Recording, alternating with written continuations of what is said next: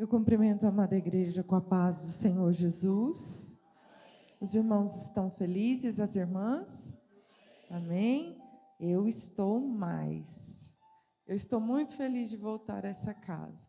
Quero louvar a Deus pela vida do pastor Saulo, da irmã Márcia, desse ministério tão abençoado, que está confiado nas mãos do anjo da igreja, o pastor Oséias. Ontem eu cometi a infelicidade de chamar o pastor Oséias de pastor Saulo. Mas está tudo bem, eu já me desculpei. Você conhece a voz de Jesus? A minha oração antes de ministrar, já faz um tempo, é sempre assim. Senhor, João Batista disse que ele era só a voz. Que a sua noiva escute a sua voz.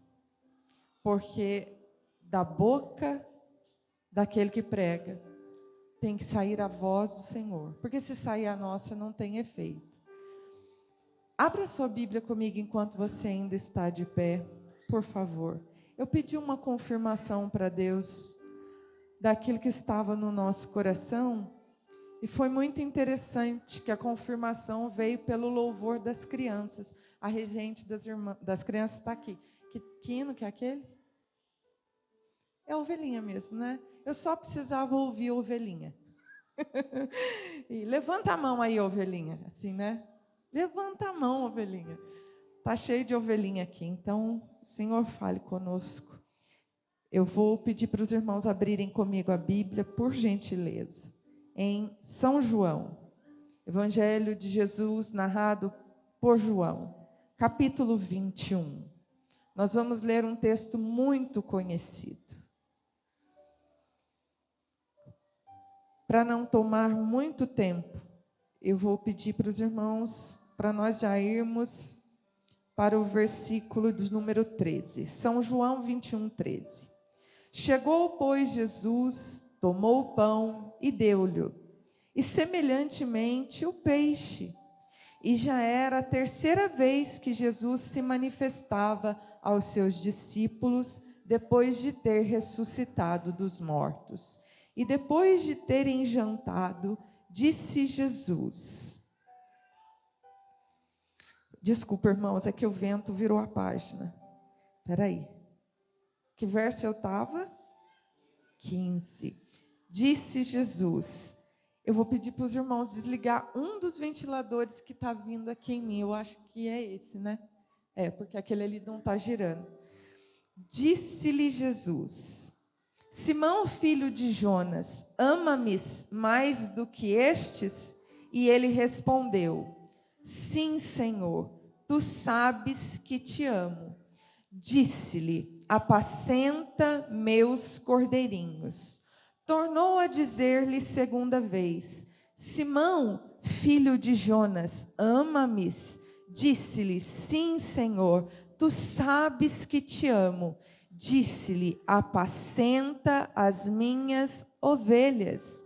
Disse-lhe terceira vez: Simão, filho de Jonas, ama-me? Simão entristeceu-se por lhe ter dito terceira vez: ama-me. E disse-lhe: Senhor, tu sabes tudo, tu sabes que eu te amo. Jesus disse-lhe: apacenta as minhas ovelhas. Amém? A amada igreja pode se assentar.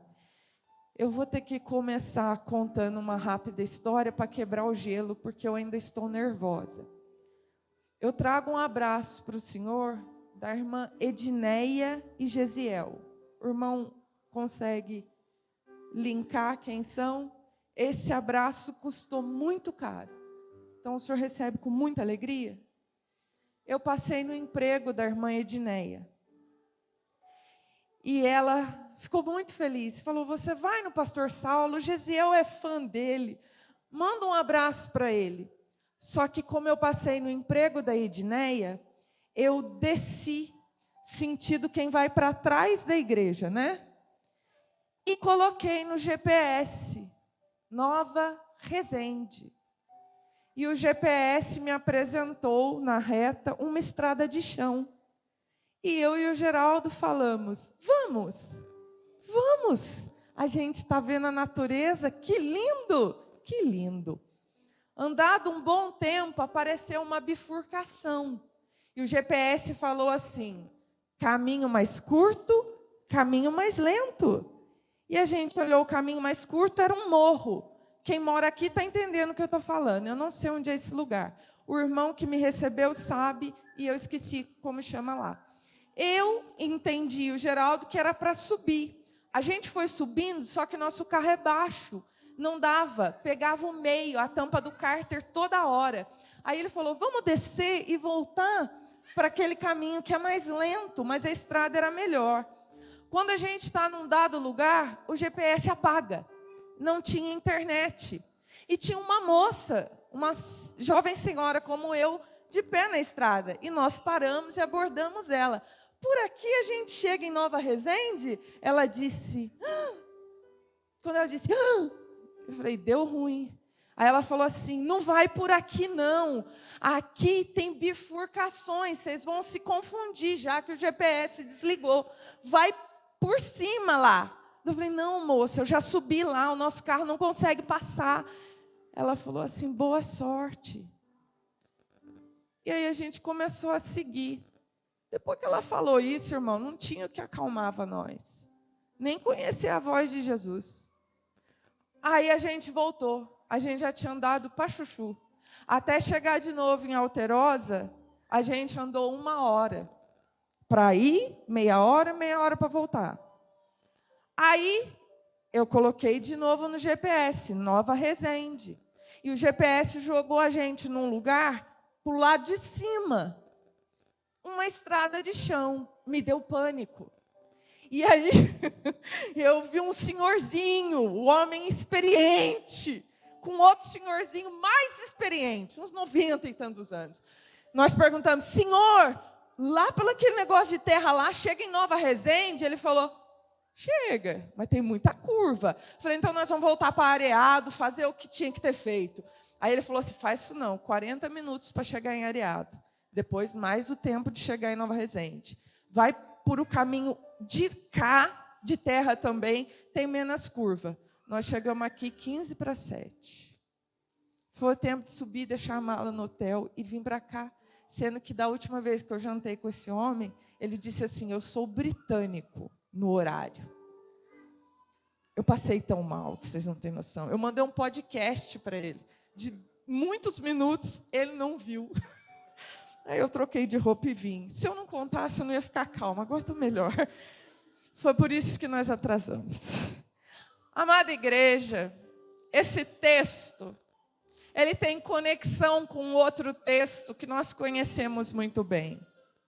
Jesus vai falar para Pedro que ele vai negá-lo. Mas Pedro vai dizer, eu estou pronto para ir contigo até a morte, se precisar. Não. Você não está pronto, Simão Pedro. Eu estou. Não está. Você vai me negar. Eu acho que foi a coisa mais triste que Simão já ouviu na vida. Porque ele está tentando demonstrar amor pelo amado da alma dele, com palavras. E o amado da alma dele não dá crédito àquelas palavras. Diz, você vai me negar. Já pensou, eu vou fazer uma declaração de amor para o Geraldo e digo assim, eu te amo, a ponto de te amar um homem só, até o fim da minha existência. E ele, me perdoem o que eu vou falar, é forte, mas é só para entender a gravidade. E ele dizer assim, você pode até me amar, mas você vai me decepcionar. Já pensou se ele dissesse, você vai me trair? Eu entraria em pânico e diria para ele, jamais. E eu espero, em nome de Jesus, que nunca. Mas eu só quero mostrar para a igreja como foi para Simão ouvir quando está declarando amor, obediência, devoção, respeito. Você vai me negar. Diante de algo que ele disse que faria como prova do seu amor. eu me entregaria à morte por ti. Agora, Simão, Jesus já foi levado, morto, enterrado. E Simão diz aos demais: vou pescar. A desilusão amorosa é tanta, porque se cumpriu aquilo que ele tinha tanta convicção. Eu te amo tanto, mestre, que eu sou capaz de morrer por ti, ir contigo até a morte. Jesus tinha razão. Jesus conhecia ele. É assim, igreja, caiu a ficha. Jesus conhecia Pedro melhor do que Pedro mesmo. E não é assim conosco?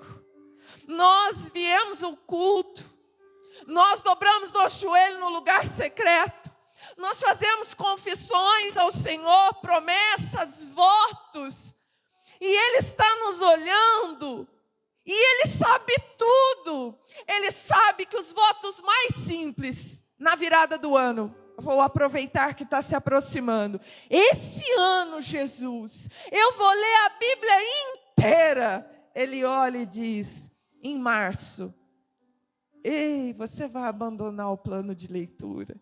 Esse ano, Jesus, eu vou jejuar pelo menos uma vez na semana. Ele sabe tudo. Ele olha e pensa: você vai jejuar a partir de fevereiro, porque janeiro vai ter a ceia e vai ter Javi. Você gosta muito, sobrou muito panetone. Você não vai deixar de tomar um cafezinho e não comer o panetone. Mas está tudo bem. Todas as nossas declarações mais profundas ao Mestre são baseadas, igreja, no afã do momento, naquilo que estamos sentindo. O ser humano, ele é sensitivo, e não tem problema a gente ter sentimento. Os sentimentos são importantes. Deus usa os sentimentos. Deus usa o sentimento do fleumático, Deus usa o sentimento do colérico, do melancólico, do sanguíneo. Os temperamentos, os sentimentos, Deus usa.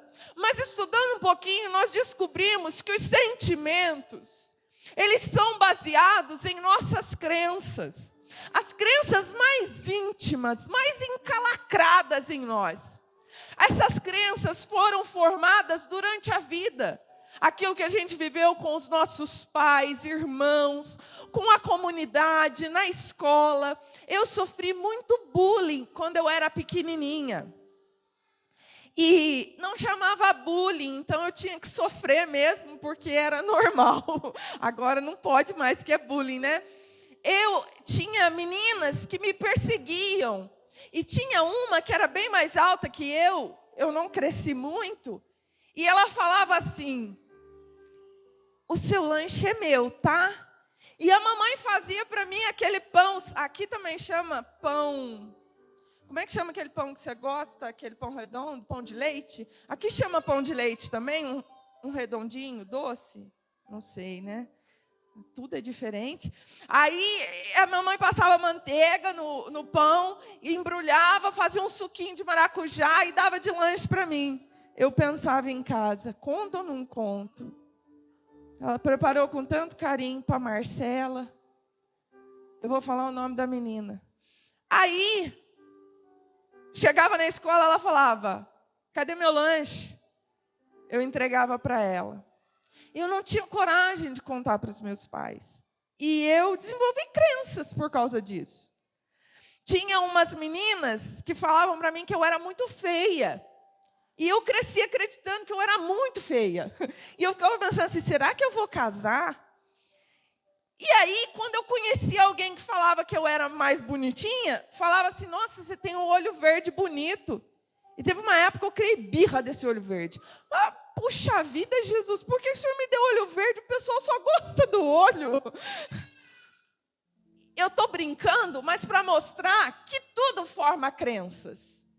E durante a vida eu fui crescendo insegura e eu queria agradar, um desejo de agradar. Pedro é mais ou menos assim, ele quer muito agradar. Aí ele fala que ele vai fazer de tudo, mas depois, na hora do vamos ver, tadinho, ele não consegue arcar com aquilo que ele falou, porque às vezes ele promete demais. Quem aqui nunca prometeu demais para um filho? Não, aquele tênis vou dar sim, depois o orçamento não dá. E aí? A gente já prometeu, a gente fica triste voltar atrás, né? Minha menina agora, ela fala assim, não promete mais nada para mim não. A senhora já falou que ia dar mesada, está quase dando cadeirada. Eu nunca ganhei mesada. E agora, pastor Saulo, ela tem 13 anos e quer trabalhar. Eu falei para ela, não, a mãe vai dar um dinheiro para você. Ah, não vai, mãe, não liga não. Mas eu vou trabalhar, Deus, você não pode, tem que ter 14. Ela fala, ah, mãe, fala com uma amiga sua para me dar um emprego. Não, trabalha para a mamãe. A mamãe vai te dar um dinheiro. Ela, mãe, desculpa, tá? Mas eu quero trabalhar para uma amiga sua. A gente faz promessas por amor, mas a gente às vezes não consegue cumprir.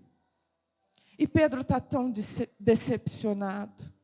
Ele tinha muitas crenças. Quem é que se lembra quando Jesus foi ser preso, que ele cortou a orelha do soldado? Ele quer mostrar amor, ele é impetuoso, impulsivo. Mas aí ele pensa que ele demonstrou amor. Jesus vem, cola a orelha do soldado e fala para ele, rapaz, quem vive pela espada morrerá. Ele, eu não doma dentro, hein? O Geraldo parece com o Pedro. No meu aniversário, ele compra bolo do sabor que ele gosta. Aí a minha menina faz teologia na escola teológica da nossa igreja, que ele é coordenador.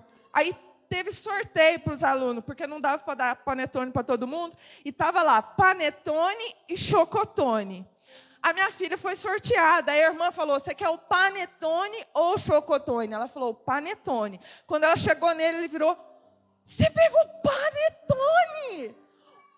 A gente gosta de chocotone. Aí ela falou assim, eu estou levando para minha mãe.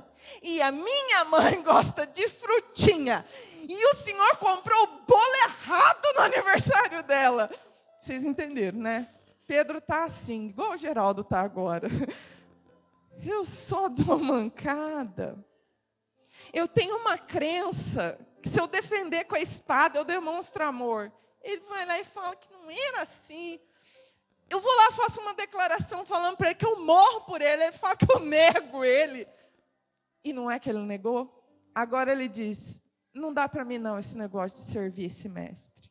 Eu vou voltar para a velha vida, eu vou voltar a pescar. E esse é o texto que a gente leu. E eu quero, nessa introdução, que você pense que quando Jesus chama ele para comer na praia, é pedagógico, né? Lembra o dia do chamado, que ele tinha tentado pescar a noite inteira, estava frustrado. E Jesus diz, volta ao alto mar de novo. Aí ele, passei a madrugada lá, mas porque o senhor está mandando eu vou. Aí ele pesca bastante. Aí quando ele pensa que ele vai ser empresário da pesca, Jesus fala, segue-me. A partir de hoje serás pescador de gente e não de peixe. Ele fala, não faz sentido. Esse homem me confunde. Você já sentiu assim com a caminhada cristã? Hoje eu senti muito confusa. Falei, Jesus, pastor Saulo, não gosta que chegue atrasado. O senhor me enfia nessa estrada de terra. Eu estou em pecado que o senhor não quer que eu chegue em Nova Resende para pregar. Eu não estou entendendo mais nada. Mas eu tinha preparado uma mensagem. Está aqui, ó. E o Geraldo já me conhece, porque ele é casado comigo há 20 e poucos anos. Quando eu estou bem, é o que eu preparei. Quando eu fico nervosa, eu começo a perguntar, que mesmo que o senhor quer falar com a igreja? Eu abandono o meu esboço se o senhor quiser. O que o senhor quer falar com a igreja? E aí eu já percebi o gatilho, coitadinho, pensando que ele que errou o caminho. O negócio era só comigo. Aí eu comecei, eu sei por que errou o caminho. Tinha 2 horas agora, das 4h30 às 6:45.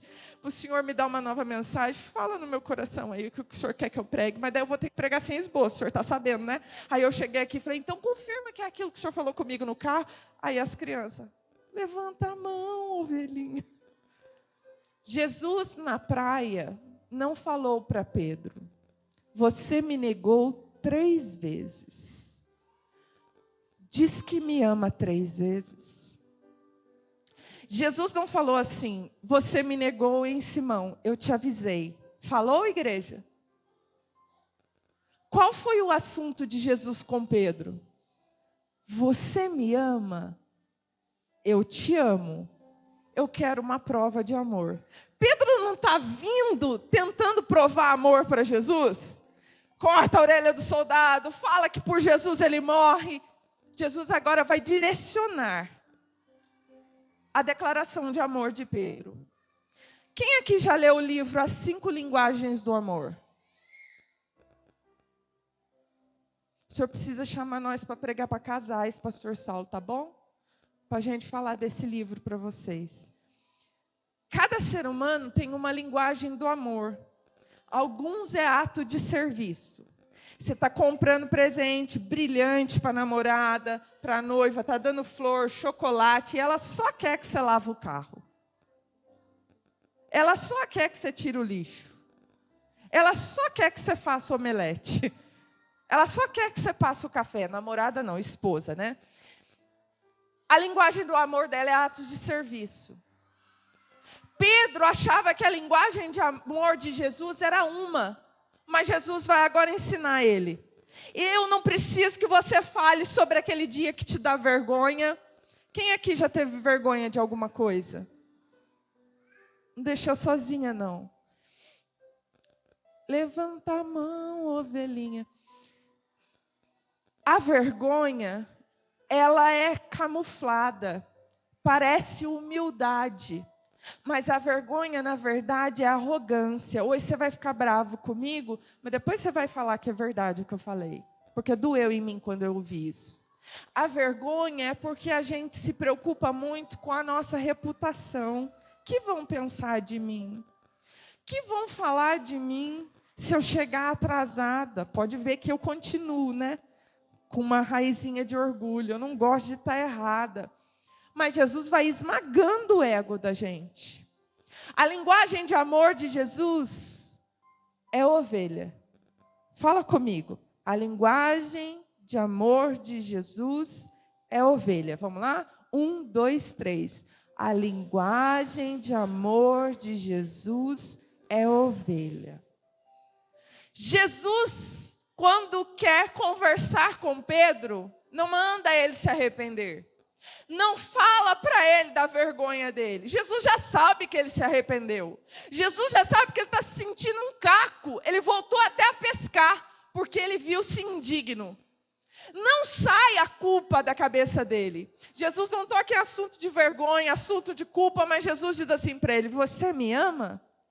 É como se Jesus dissesse: prova, apacenta as minhas ovelhas. Você me ama? Amo. Então apacenta as minhas ovelhas. Jesus só fala de ovelha. Só pode ter um motivo. Jesus liga muito para a ovelha. A linguagem do amor dele é ovelha. Volta a sua Bíblia aí comigo um pouquinho. No Evangelho de Mateus, capítulo de número 9, versos 35 ao 38. Eu vou ler aqui. E percorria Jesus todas as cidades e aldeias, ensinando nas sinagogas dele, e pregando o evangelho do reino, e curando todas as enfermidades e moléstias entre o povo. E vendo a multidão, teve grande compaixão deles, porque andavam desgarrados e errantes, como ovelhas que não têm. O assunto de Jesus é ovelhas. E o texto continua assim: então disse aos seus discípulos: a seara é realmente grande, mas poucos são os ceifeiros. Rogai, pois, ao Senhor da seara para que mande ceifeiros para a sua seara. Amada igreja, quando eu digo que o assunto de Jesus é ovelha, você não pensa comigo que a lógica seria assim? Jesus viu as ovelhas, o povo com moléstias, sofrendo, sem direção, e ele sentiu compaixão, e ele comparou o povo com ovelhas. Ele disse: essas ovelhas andam desgarradas como quem não tem um pastor. E aí, na hora de ensinar os discípulos a orar, ele não disse: ore para que Deus se proveja de ovelhas que não andem desnorteadas. Ovelhas que tenham uma bússola interna, um senso de direção. Ore ao Senhor Deus da seara para que Ele dê à igreja ovelhinhas inteligentes. Ovelhinhas que não têm enfermidades, ovelhinhas que não pecam, ovelhinhas que não se desgarram, ovelhinhas que comem sozinha, não precisa que ninguém leve ao pasto, ovelhinhas espertinhas que quando tem sede sabe aonde está o veio de água. Ele disse isso. O assunto de Jesus é a ovelha, o amor da vida de Jesus é a ovelha, que é símbolo das pessoas que estão cheias de dor, de moléstia. Ele, no tempo que ele podia, ele curava a todas. Ele cuidava de todas. E aí ele vira para os seus discípulos e abre o coração dele, contando qual é a linguagem de amor dele. O meu foco é a ovelha. Então orem ao Senhor da seara para que Ele envie ceifeiros. Ou seja, pastores. Ou seja, eu não estou querendo mudar o chip da ovelha. A ovelha ela é simples, a ovelha é dependente. Eu não acho problema para isso. Eu não chamei bode, eu chamei ovelha. Eu quero que ela continue pura, eu quero que ela continue inocente, eu quero que ela continue como uma criança. Mas o que eu quero é que o Pai envie pastores para cuidar delas. Porque elas andam tadinhas sem direção, perdidas como ovelhas que não têm pastor. Quando eu estava perdida hoje no caminho, eu vi uma moça da minha idade. E eu perguntei: moça, por aqui chega em Nova Resende? Ela: ih? Moça, o GPS diz, não tem sinal, não tem internet. Era melhor vocês terem ido pular por cima. Lá no carro nosso não passa. Eu não sei o que aconselhar vocês. Boa sorte. Por aqui vocês vão se perder. Ela foi andando com dó, porque ela viu dois meia-idade perdido. Aí quando ela foi andando para frente, a coitada olhava para trás assim. Aí quando eu falei para o meu marido: chegamos atrasados na igreja, mas volta, filho, porque nós não tem como ir para lá mais. Quando a gente começou a voltar, ela ficou assim. Aí ele parou o carro do lado dela e falou: a gente decidiu voltar para Alterosa e fazer tudo de novo, porque por lá a senhora falou que a gente não chega, não vai conseguir. Mas já no outro caminho eu encontrei com dois senhores maduros, dois senhores dispostos a compartilhar a sabedoria deles. Eles viram duas ovelhas desnorteadas e eles gastaram um tempo falando: filhos, por aquela estrada vai chegar, não vai para Areado não. Vocês têm compromisso, vocês vão chegar muito mais tarde. Volta, mas volta pela outra estrada de terra aqui para baixo, que tem menos curva. Até a curva ele se preocupou. E aí a gente sentiu segurança, porque a gente estava andando desnorteado, como ovelha que não tem direção. Mas a gente encontrou com dois pastores no caminho, e eles falaram a direção para a ovelha, que era débil, não sabia o que fazer. A igreja está entendendo a pedagogia dessa ilustração. Ainda no carro, eu estava igual uma menina desnorteada. Eu abri a Bíblia igual caixinha de promessa. Jesus, o que é isso? Fala comigo. Aí eu abri no texto do Sal da Terra e da Luz do Mundo. Eu falei assim: é para mim pregar isso aí, eu prego. Aí Jesus falou: não é para você pregar. Nádia, a minha igreja é como sal. O mundo está comendo uma coisa insonsa. Quando ele senta na mesa com a minha igreja, aquilo que a minha igreja fala tem sabor. Mas se o sal perdeu o sabor, Nádia, ele não presta para mais nada, a não ser para ser pisado. Nádia, a minha igreja é como luz do mundo. Se a minha igreja não apontar o caminho, uma luz enfiada debaixo do cesto não ilumina, Nádia. Vocês estão entendendo a conexão? O assunto de Jesus é gente. O assunto de Jesus é ovelha. E quando ele olha para a igreja, ele não vê a igreja que teve a iluminação, que encontrou o farol, a luz da justiça, o pão da vida. Ele não vê a igreja mais como débil. Ele olha para nós e vê-nos como pastores. E aí vocês estão pensando assim, eu não, é o pastor Saulo, deixa com ele. Ontem, o Geraldo, na teologia, até pediu para os meninos. Quem estava lá na aula ontem? Ele pediu assim para os meninos. Não vai sair falando que eu consagrei todo mundo a pastor. Lembra disso? Mas ele falou assim para um menino que estava lá. Samuel, onde você trabalha ou estuda? Hã? Pedro, onde você trabalha ou estuda? Aí o Pedro falou. Aí ele falou, quantos crentes tem lá? Ele falou, eu e uma moça. Aí ele falou assim, a partir de agora você vai entrar lá com a mentalidade que você é o pastor daquelas ovelhas. Porque só tem você e a moça é a sua vice. Sua segunda.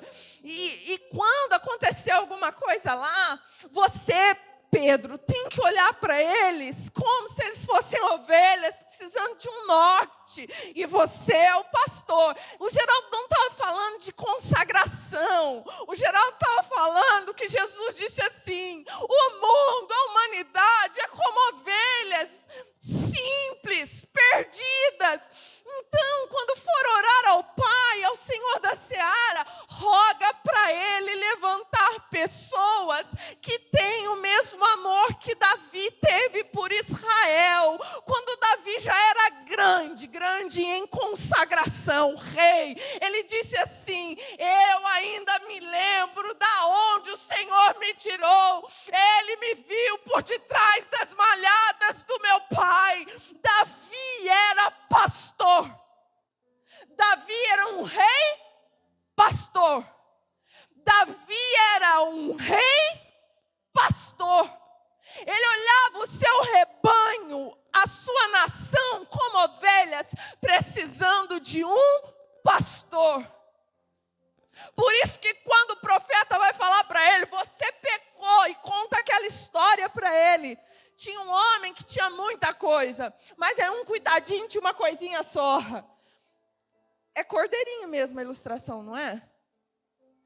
Aí tinha um homem que tinha uma ovelhinha só, o outro tinha um rebanho. Aí ele foi lá, pegou a do homem que tinha só um. Davi cai em si, porque Davi pode usar coroa, mas Davi sabe que mesmo estando como monarca, ele é pastor de ovelhas.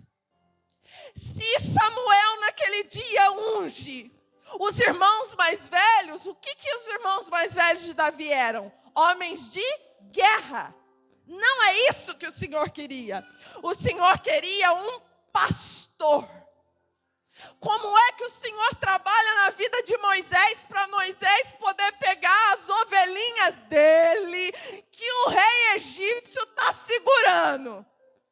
Ele leva ele para o deserto e ele fica cuidando dos animais do sogro. Não foi assim? 40 anos.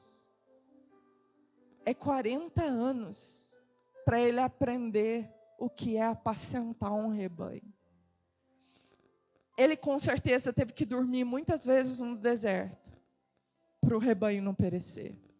Ele muitas vezes, com certeza, passou fome, porque ele precisava conduzir o rebanho até o lugar da alimentação. Ele olhava o rebanho com misericórdia. Se eu não faço isso, eles se perdem. Eles morrem de fome, eles se desgarram. Abra sua Bíblia comigo, por favor. No texto das coisas perdidas, São Lucas, capítulo 15. Eu não vou ler, tá bom? Mas os irmãos se lembram do texto. Esse pastor, ele tinha 100 ovelhas. Se cada ovelha tinha um valor monetário, ele perdeu uma. O prejuízo foi pouco, não foi? Porque ele ainda tem 99. Eu não vou sair, não, para procurar. Vai que acontece alguma coisa comigo e ela já pode estar morta mesmo. Deixa para lá. A Bíblia diz que ele colocou as 99 no aprisco e saiu a buscar a ovelha É sobre dinheiro? Fala a verdade para mim, se vocês acham que isso aqui é sobre dinheiro.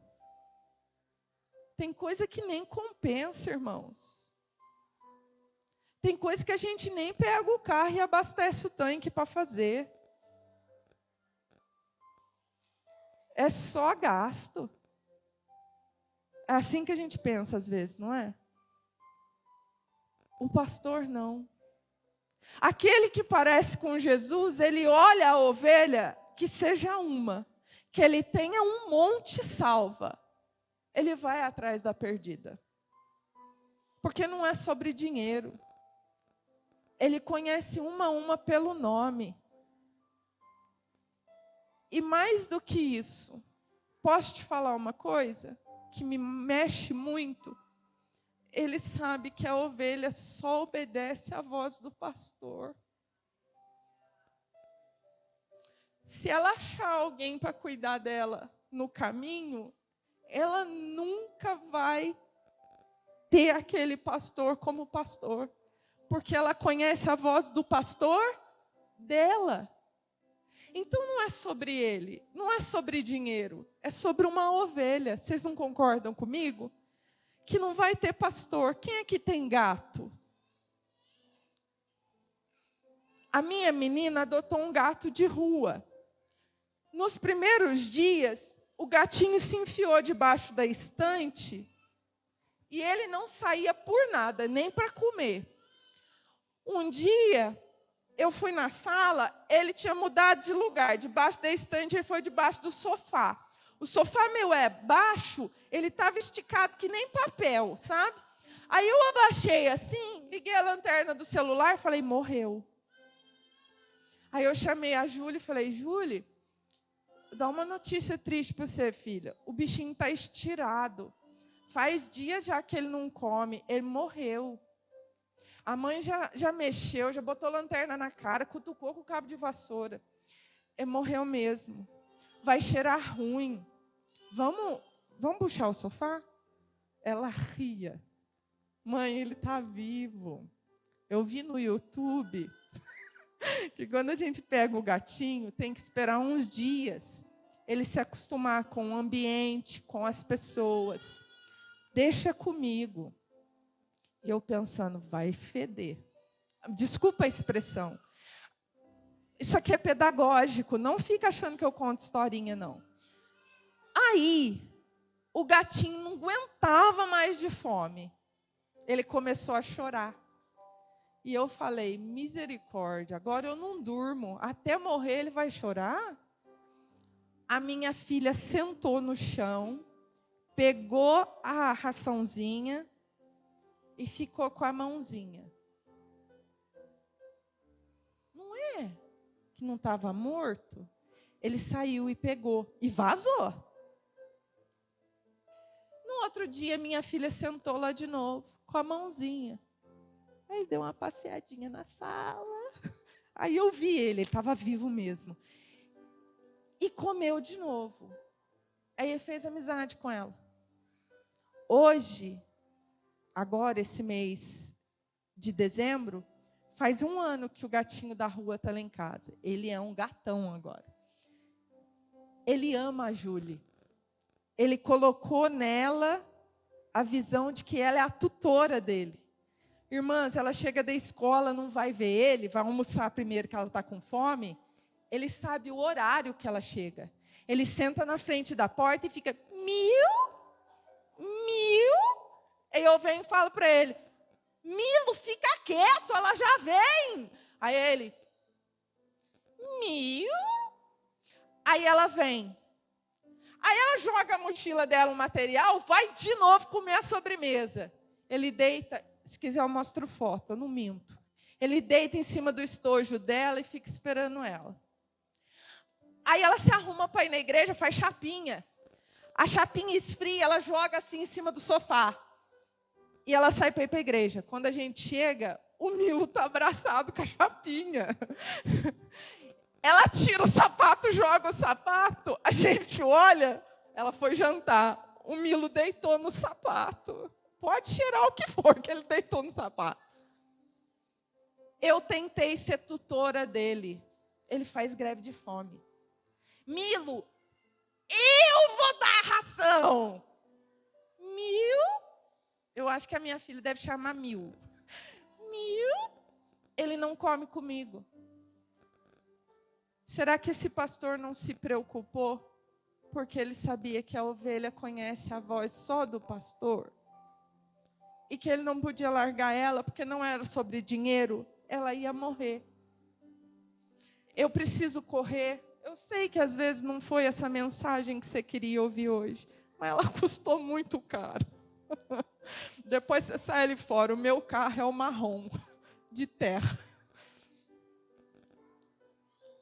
Amada igreja, para encerrar, vem comigo para o último texto. E você vai achar que faz muito sentido. Abra sua Bíblia comigo em São João, capítulo 10.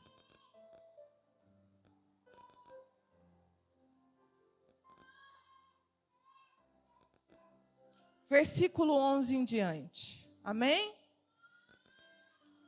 São João 10, 11 diz assim: deixa a ovelhinha fazer barulhinho, que ela é ovelhinha.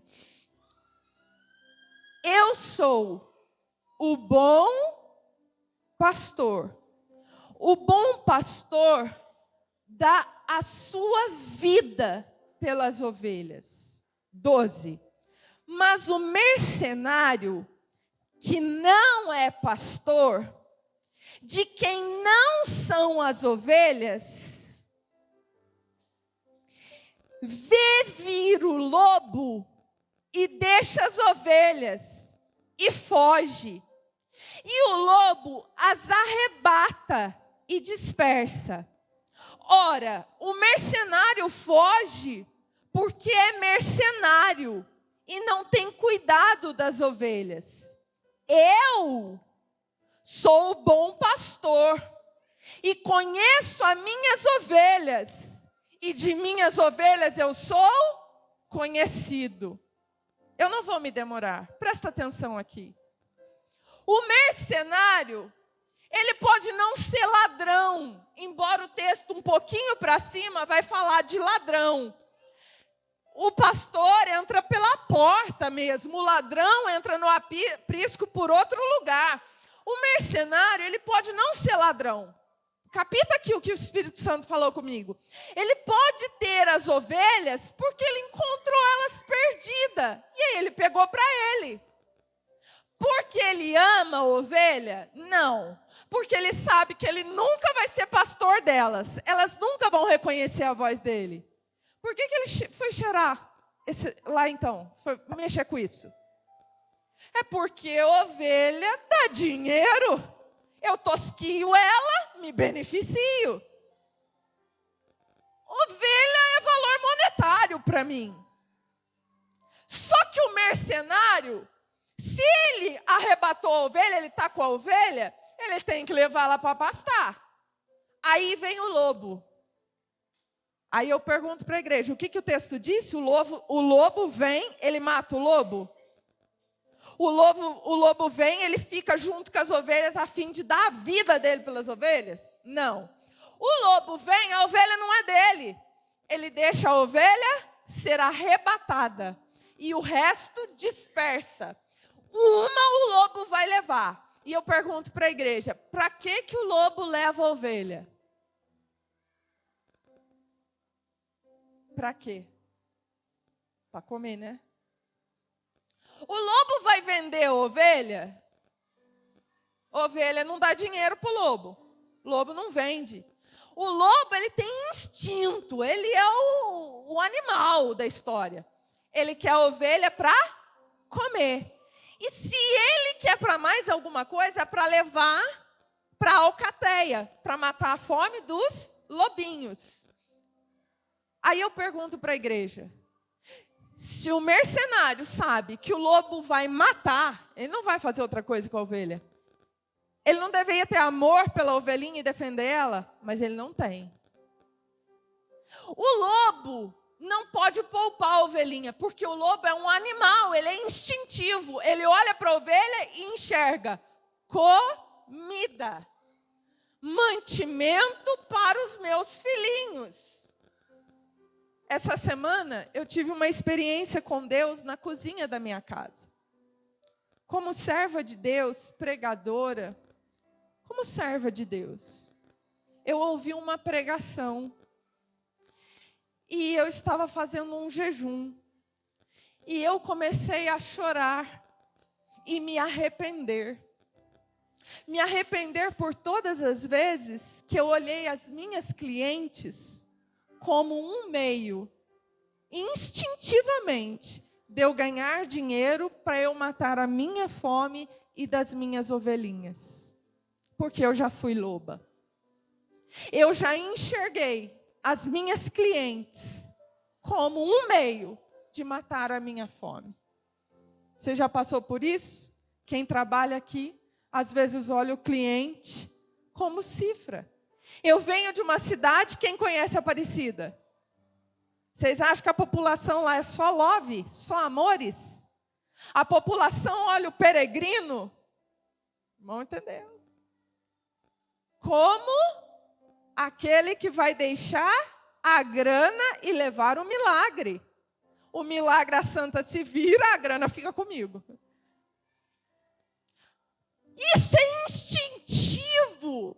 Eu olho para o outro querendo sanar as minhas necessidades mais básicas. Por que eu e o Geraldo estamos pregando para casais como nunca no ministério? Porque os casais agora olham um para o outro e falam assim, vou casar com esse, porque vai sanar as minhas necessidades. É bonito, eu gosto de gente bonita. Tem grana, eu gosto de gente que tem grana. É homem de Deus, eu gosto de homem de Deus. Eu estou dando vários exemplos. É bom filho, eu gosto disso, porque bom filho dá bom marido. A gente olha para o outro ser humano, para a ovelhinha, só pensando no que rende, as necessidades mais básicas. Só que se a gente casar, olhando para outra pessoa, vai me fazer feliz, vai me fazer feliz, vai me fazer feliz, a gente é infeliz. Mas se a gente entrar no casamento pensando, o que será que eu posso fazer para essa ovelhinha, para esse homem, para essa mulher ser mais feliz?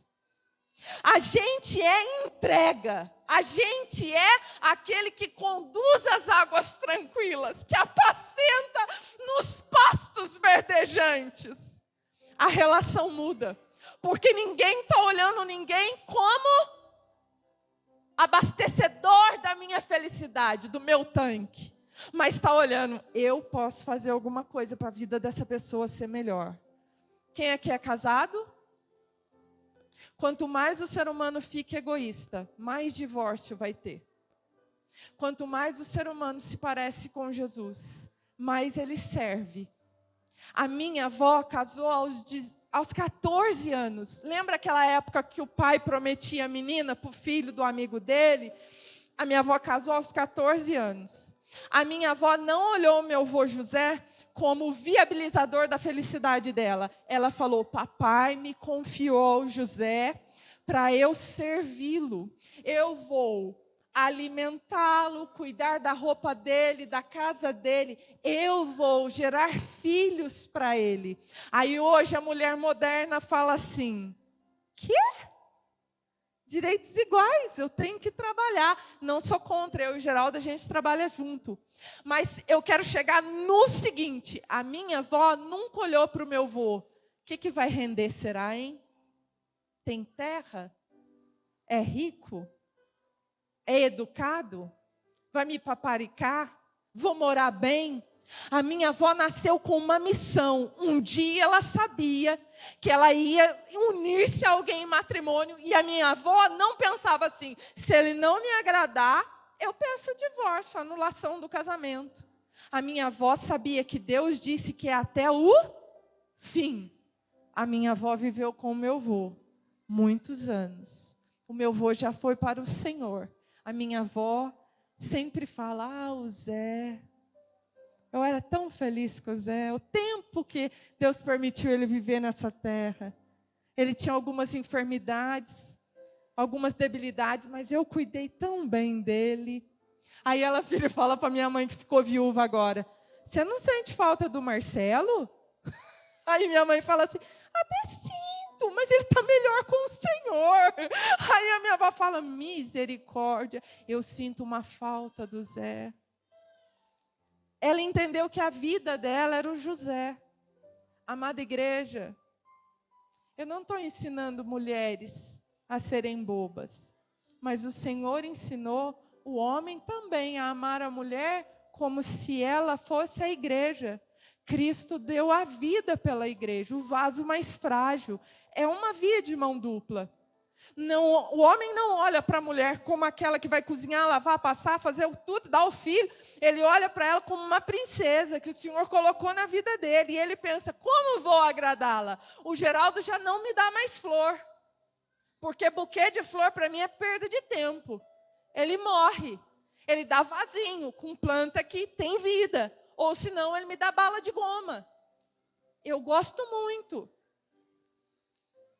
Amada igreja, nós temos que olhar para o outro ser humano com um desejo de conhecer ele de tal maneira a descobrir como é que a gente pode salgar a vida dele, iluminar a vida dele, melhorar a vida dele.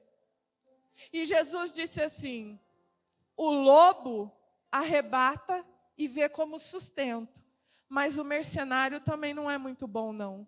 O lobo, pelo menos, ele foi com uma necessidade legítima, matar a fome.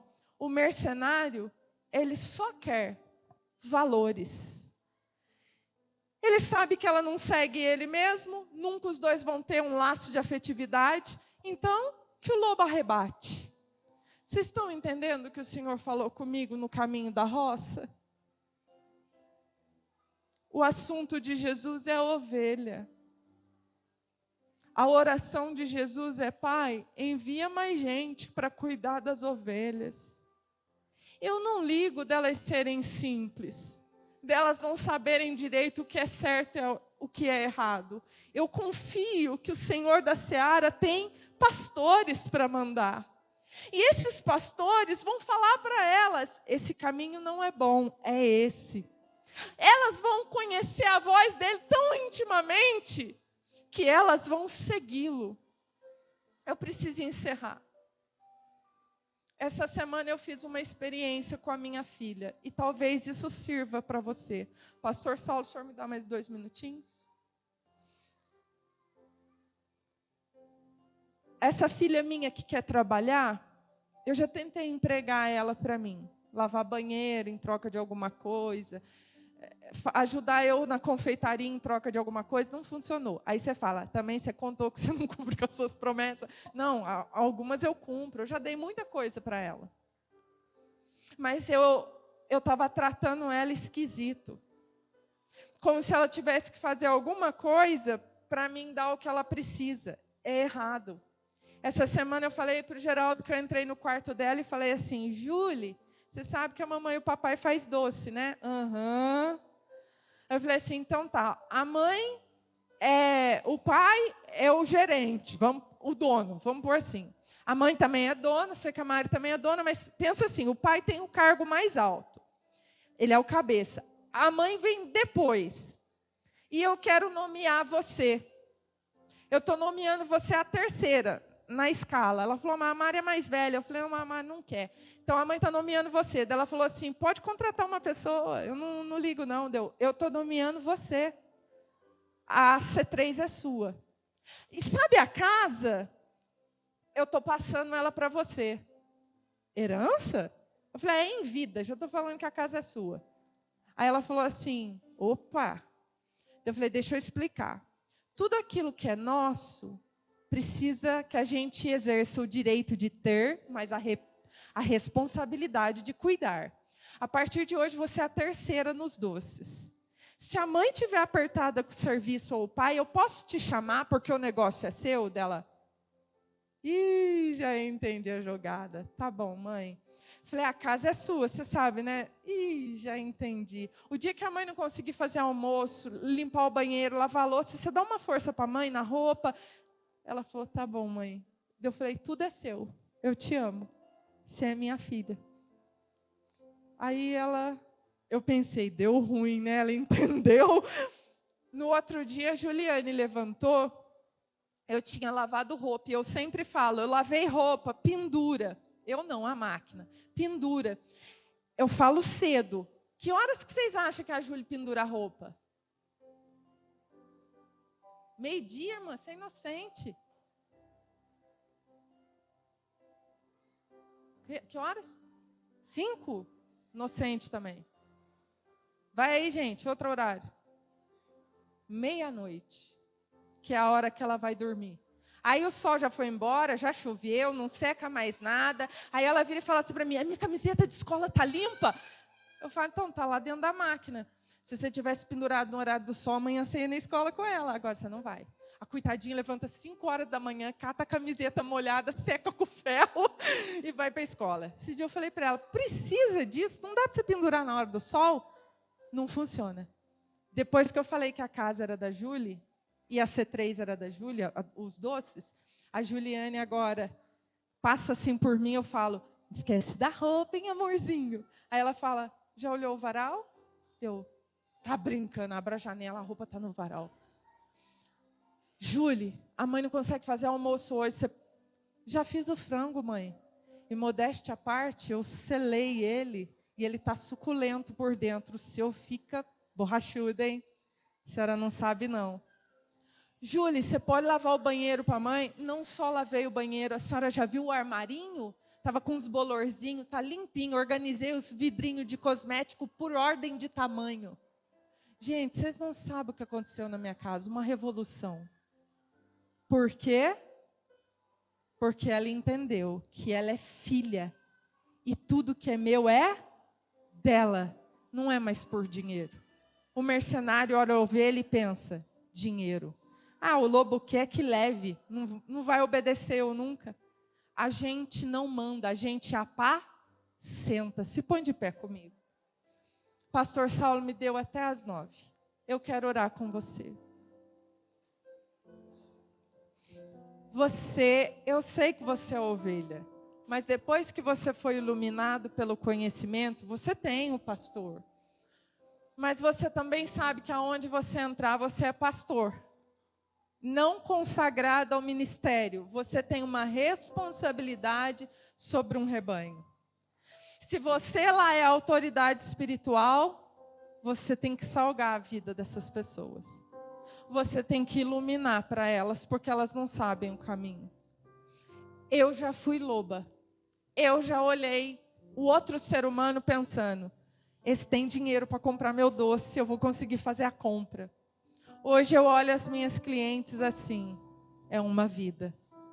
Eu vou entregar o meu melhor para ela, porque ela tem que conhecer no caminho dela um pastor de verdade, alguém que se importa com ela.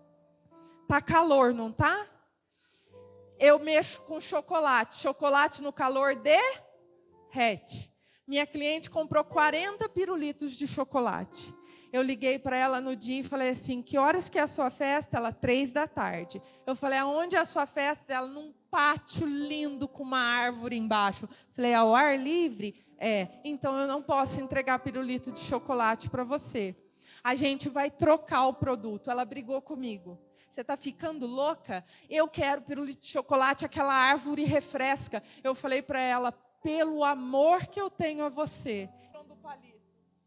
E eu olhei no olhinho dela e falei, não fica triste. Eu troquei, você deixou eu trocar o produto e eu tenho agora aqui esse produto que não derrete. Ela, mas você pode pôr na mesa agora na hora do sol? Eu falei, posso. E não vai derreter? Eu falei, não. Ela falou assim, nossa, eu fiquei tão triste com você que você não estava fazendo a minha vontade, mas você fez o que era melhor para mim. Passou pela vida dela uma confeiteira que é pastora, que é o melhor para ela. Ainda que o melhor para ela doa, contraria a vontade dela. Eu não quero ela triste no dia da festa. Você foi chamado para apacentar ovelhas. O que apacenta às vezes tem que falar a verdade. A verdade não é compreendida, a verdade dói, a verdade não é aceita. Mas a verdade livra a pessoa do caminho da morte.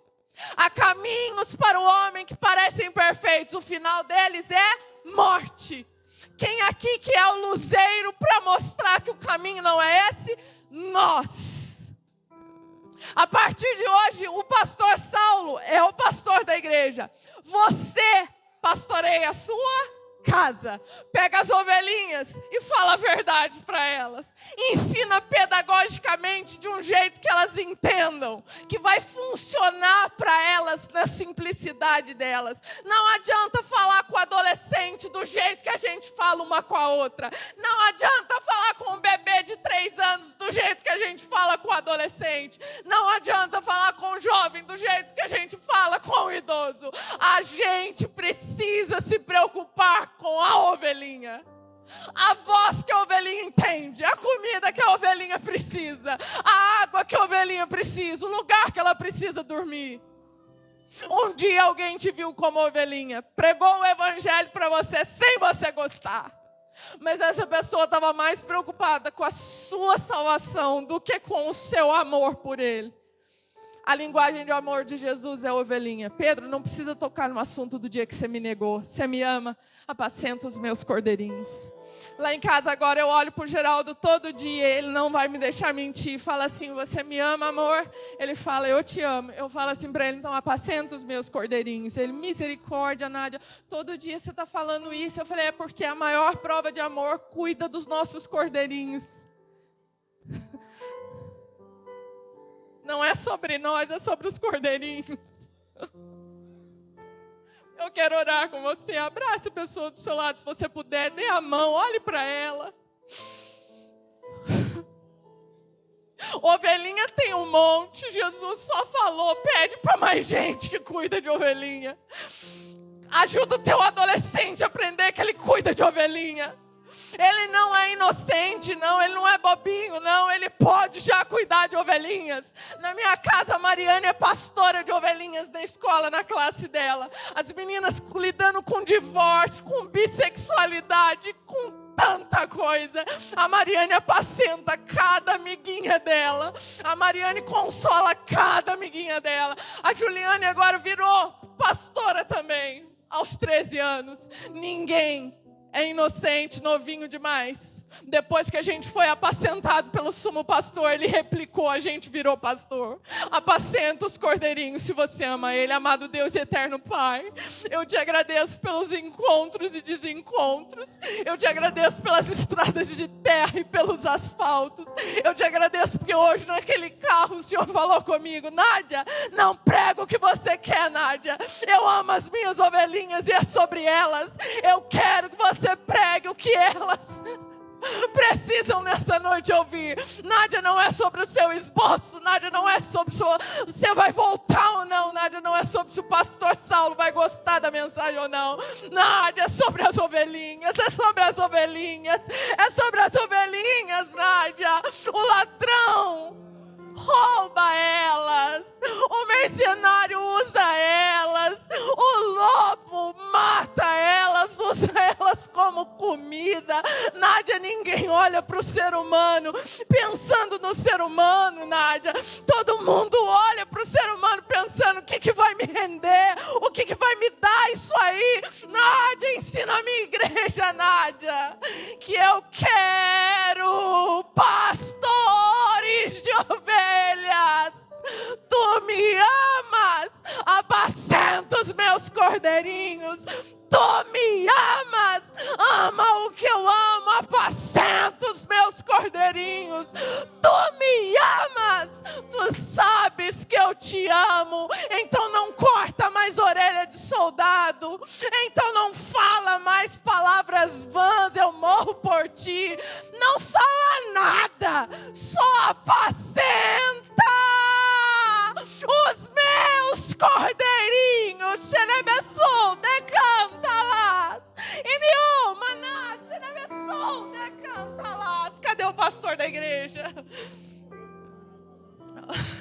Como é que faz aqui? Devolve para quem?